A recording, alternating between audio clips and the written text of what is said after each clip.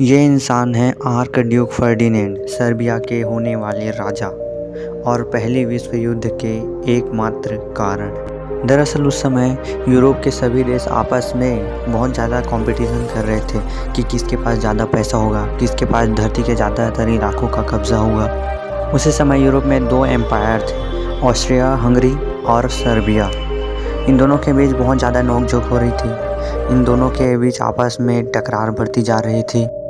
तभी एक दिन ऑस्ट्रिया के राजकुमार, जो वहाँ के होने वाले राजा थे, आर्कड्यूक फर्डिनेंड, वो जब अपनी बीवी के साथ घूमने निकले थे, तभी वहाँ बैठे एक सर्बियन राष्ट्रवादी नेशनलिस्ट जो लोग होते हैं ना, उनमें से एक ने अपने हाथ से बंदूक निकाली और दोनों को गोली मार दी और दोनों की वहीं पर मौत हो गई।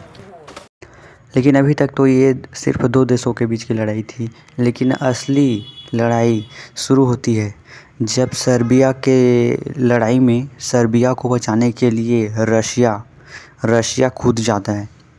फिर ऑस्ट्रिया और हंगरी को बचाने के लिए जर्मनी युद्ध में कूद जाता है, क्योंकि इन लोगों ने ऑस्ट्रिया हंगरी ने जर्मनी से और सर्बिया ने रूस से सीक्रेट उन लोगों ने आपस में डील कर रखी थी कि अगर हम लोगों पे कोई हमला करता है तो एक दूसरे की मदद करेंगे करके। फिर इस लड़ाई में जब जर्मनी, ऑस्ट्रिया और हंगरी भारी पड़ने लगते हैं तो इंग्लैंड और फ्रांस रूस की मदद के लिए कूद जाते हैं, क्योंकि रूस और इंग्लैंड फ्रांस के बीच अलायंस बना हुआ था। उन लोग आपस में एक दूसरे से की मदद करने के लिए ट्रीटी किए हुए थे। और क्योंकि उस दौर में इंग्लैंड जो कि उस टाइम का सुपर पावर हुआ करता था, उसकी दुनिया में बहुत कई देशों में बहुत सारी कॉलोनियाँ थी, उपनिवेश थे, और वैसे ही फ्रांस के भी थे। तो इस लड़ाई में फ्रांस और उसके सारे के सारे उपनिवेश, मतलब कॉलोनीज़, और इंग्लैंड और उसके सारे के सारे कॉलोनीज़, और रूस और वैसे ही जर्मनी के कॉलोनीज़, ये सब आपस में सब एक दूसरे के लिए लड़े।